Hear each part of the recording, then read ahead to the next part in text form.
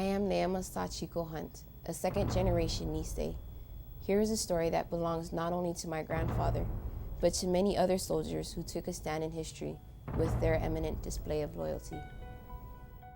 Prior to the bombing of Pearl Harbor, the Japanese were Hawaii's largest ethnic group, more than 37% of the population.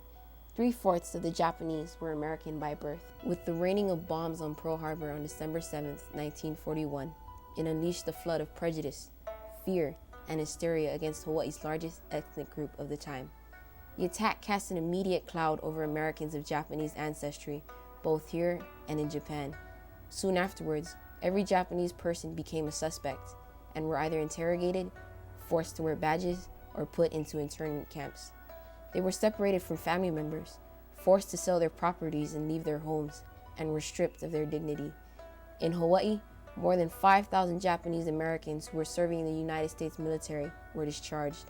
Those of draft age were labeled as 4C, or enemy aliens, despite the fact that they were born in America, that they were U.S. citizens, and that they pledged their allegiance to the Stars and Stripes.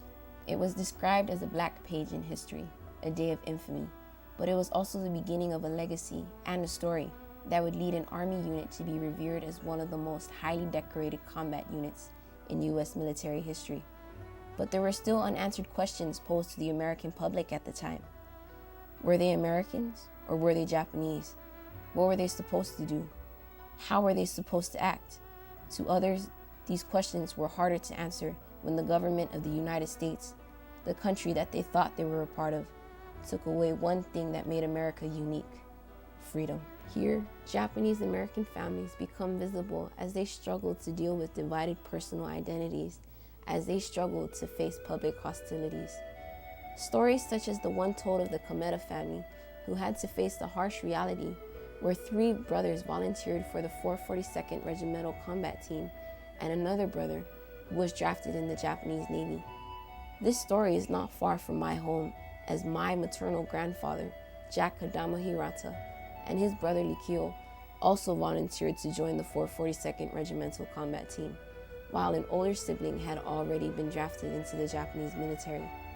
But my grandfather, as well as other Japanese families, endured the hardships to come, and so did their faithful soldiers who had entered the American Army. Although they were surrounded in an environment filled with race suspicion and mistrust, they willingly accepted any opportunity that opened to serve in whatever way they could help the war effort. Although their labors usually consisted up of menial tasks, they did them without complaint and did them diligently. Because they exhibited such great dedication, General Emmons reconsidered the issue of their loyalty and recommended that the Japanese Americans should be formed into a special unit. They were sent to the mainland for training, but also out of fear of renewed Japanese attacks. On June 12, 1942, the first all-American Japanese Nisei second-generation military unit was activated, the 100th Battalion. The 100th had their basic training from June to December in 1942. Since most of the battalion was comprised of trained military personnel who served in Hawaiian National Guard, they completed basic training with superior ratings on the field and on drill grounds. They were even awarded for heroism while not in combat. The 100th was transferred from camp to camp, each one advanced in military training. They did so well that the military decided to recruit more Japanese Americans. On February 1st, 1943, the Army activated the 442nd Regimental Combat Team. A call went out for 3,000 from the mainland and 1,500 Nisei from Hawaii to enlist, and those that answered astounded the Army. Nearly 10,000 Nisei from Hawaii eagerly volunteered and answered the call to serve. By September of 1943, it was time for the men of the 100th Battalion to set off and prove themselves on the battlefield. General Clark, who commanded the 100th Battalion, reported to Washington that their conduct and performance were exemplary, and the 100th took every enemy objective assigned to them. In June of 1944, the 442nd joined forces with the 100th Infantry Battalion in Europe, where they then merged into a single unit. And not only did they served in ways that left them worthy of being commemorated as a highly decorated unit. In October 1944, Edward Ichiyama was a forward artillery observer in the 442nd Regimental Combat Team, pushing through the mountains in France to rescue the lost battalion of Texans, which had been cut off 9 miles from the American lines. Nazi artillery exploding in the treetops created a haul of shrapnel and tree splinters. Ichiyama recalls, guys would get hit. They'd call for their mothers, please help, but there was nothing you could do. You can't find the guy. Each time the plea for help gets softer and softer, then nothing. It's the saddest sound I ever heard. I still hear it. The 442nd rescued 211 Texans at the cost of 800 killed and wounded, including Ichiyama. The performance of the 100th and 442nd in Europe led the selective service system to reclassify Americans of Japanese ancestry from 4C, enemy alien, to 1A. The Lost Battalion and the Battle of Monte Cassino were just two yet defining stories of their valor and heroic courage in taking a stand in the history of America. In the Battle of Monte Cassino, according to General Mark W. Clark, was the most grueling and most harrowing, and in one aspect, perhaps the most tragic of any phase in the war in Italy. They had to crawl on their stomachs and feel the mines with their fingers because they couldn't see anything. They got to the river wall after losing men crossing the minefields. Artillery, mortars, and machine gun fire was intense. At daybreak from the river wall, they could see their guys wounded from the mudflats. Every time they moved, the Germans would shoot at them, and they couldn't do a thing to help them because the Germans were shooting from nearby hills. Every time the medics went out to help them, they were shot at. The slightest movement drew immediate fire. The 100th suffered so many casualties that they were dubbed the Purple Heart Battalion.